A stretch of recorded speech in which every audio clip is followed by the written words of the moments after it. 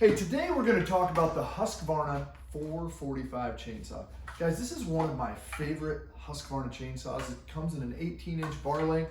It's a 45cc chainsaw that puts out right around 3 horsepower. I think it's 2.95. But I love the weight. It's about 10.5 pounds.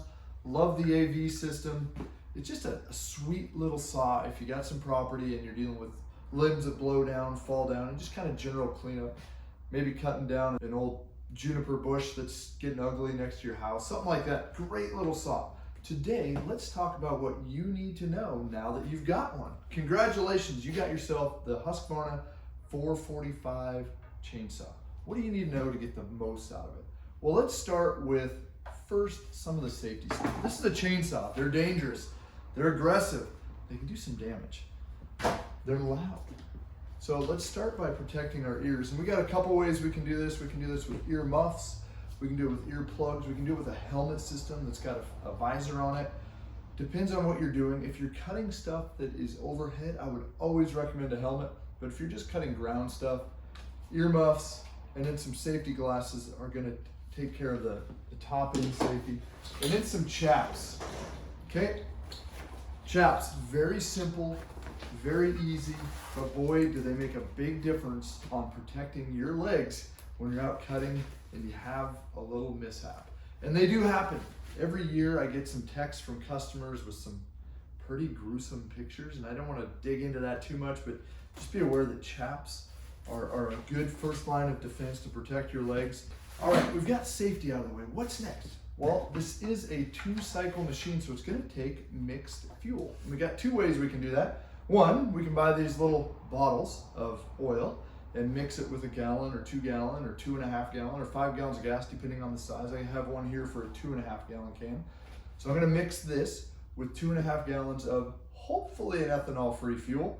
If you can't find ethanol-free, we do recommend a mid-grade or higher just for how it's going to run. Or if you're like a lot of people that own a smaller saw like this, you don't use it all that often, right? You're only getting behind this saw every few months, maybe even less than that. That'd be a good time to think about this Husqvarna XP fuel. This is pre-mixed, ready to roll. It is a 95 octane. I haven't seen 95 octane at a pump in a long time. So very high octane, ethanol free, designed for shelf life, designed for storage. So we can simply take that and put it right in the fuel. Here is access to the fuel. I like these little flip up caps, and then it just spins right out. Boom, I'm gonna fill it with fuel. And then we also have our bar oil. Like all chainsaws, they require lubrication for the chain, right? This chain is going around fast, rapidly. Thousands and thousands of feet per minute. I wanna say it was 900 feet per second, roughly, is the chain speed. So just flying. So we need to lubricate that bar and chain. I've got my Husqvarna X-Guard bar oil here. If you've got other bar oil, that's fine, but definitely stick with the bar oil. Don't go with the, an old engine oil. That's bad news. Okay, and your bar oil goes right here. I'm gonna make sure that every time I fill the gas, I fill the bar oil. All right, how do we start this saw? 2 things to start with is, 1, I gotta get all my safety gear on. 2 is I want to engage the brake. Did you hear that? Loud. So right now the chain can spin, now it cannot. So I always like to have the brake engaged when I'm starting a chainsaw. So I'm ready to go. I got gas in, I got bar oil in, I've got a primer right here, right above the handle.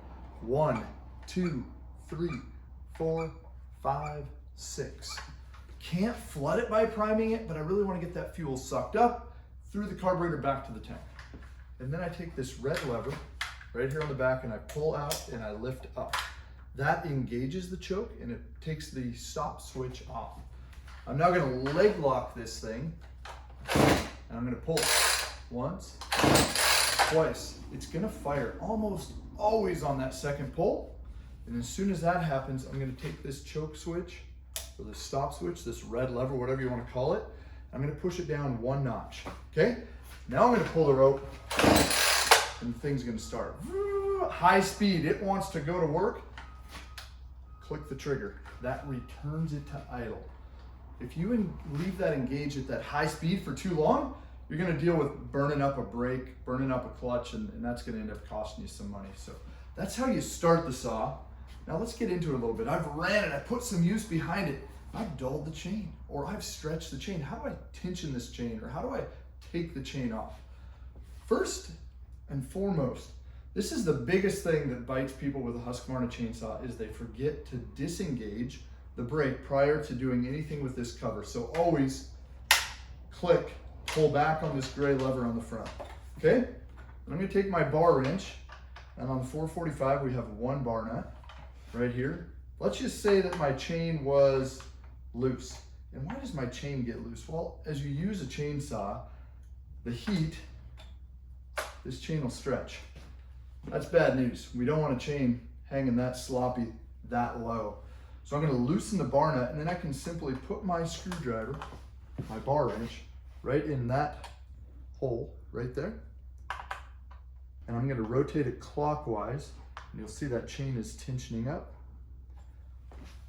Now I don't have a good stand, we'll put it here on this table. Now I wanna hold up on the tip of the bar and tighten the bar nut up.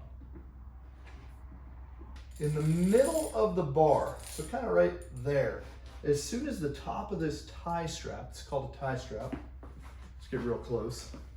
In the middle of the bar, as soon as the top of this tie strap, you see those two dots, those are rivets? Right on top of that, as soon as that hits the bottom of the bar, I go about a half a turn more. Now, I don't do that every time. I don't look at it like, oh, I'm at the middle of the bar and I'm right. I know how it feels, but until you get the feel of what it should react like and kind of tension like, I would recommend that's how you do it. So tighten it up, middle of bar, half a turn more. Then I want to hold up on the chain while I tighten the bar nut, and I'm good to go. Now, I need to take the chain off. I need a new chain. I need to go to the dealership and get a new chain. This is where this brake thing becomes important. Because when I loosen this bar nut, spin this off here, and I'm gonna make sure this brake is disengaged, which it is. This cover pulls off very easily. If I do it wrong, that silver band right there in the middle is engaged on this clutch drum. It's a clutch drum. I pull it off, that silver band shrinks down, and I can't get this cover back on. There's some tricks of the trade, but it's not really something you want to deal with. I deal with over the counter. This happens often. Customer walks in, I can't get my cover back on. So A, it was frustrating. They had to spend a lot of time at home messing with it. Then they had to get in their vehicle, then they had to drive in here. And then in about 3 minutes, I fixed it. And then they kind of felt dumb. And that's okay. You know, it happens to all of us. I've done the same mistake myself, but just avoid it.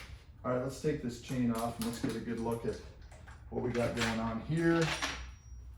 Okay, this is a 325 pitch chain. So you're gonna want with this a 3/16 file. You can pick that up at your dealership. This is also a 72 drive length chain. So a 325 72 chain is what you're gonna use. And guess what? They give you all that information right on the bar. Make your life easy.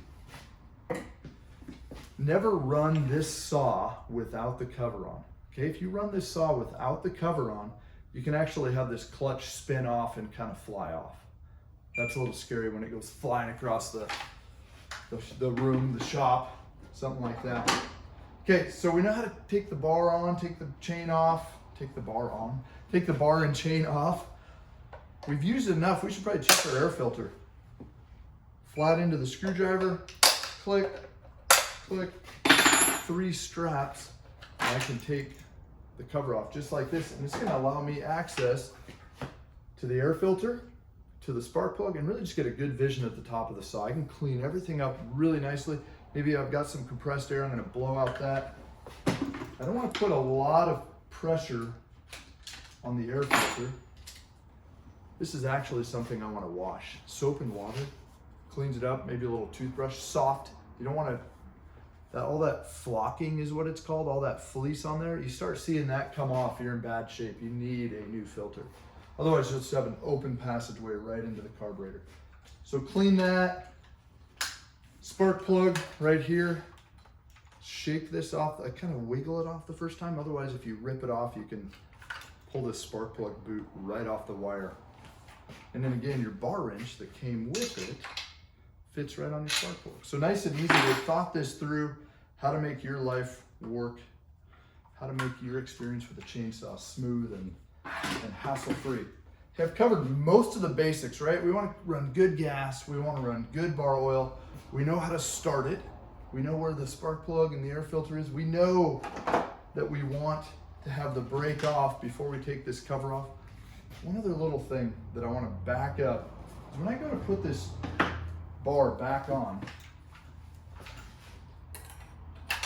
and it's on here like this, that pin, that black pin right there in front of my finger, that has to line up with that hole in the bar. So when I go to drop this cover on, like so, I may need to move my bar back and forth a little bit in order to get it to drop in, or loosen or tension that screw just a little bit. Okay, that if you don't do that, you'll end up forcing it together and you can break some stuff. There we go. The Husqvarna 445 chainsaw. Did I miss something? Probably. Grab your owner's manual, open it up, read through that owner's manual, get a good grasp of this saw and how it operates before you go out and do some serious work. I hope you love it. Enjoy your Husqvarna chainsaw that you picked up at your local dealership, who I'm sure walked through all these great things with you. Hey, this is Josh from Carl's Mower and Saw. Thanks for watching our videos. We're proud of the fact that we've been serving you with the best in outdoor power equipment since 1990.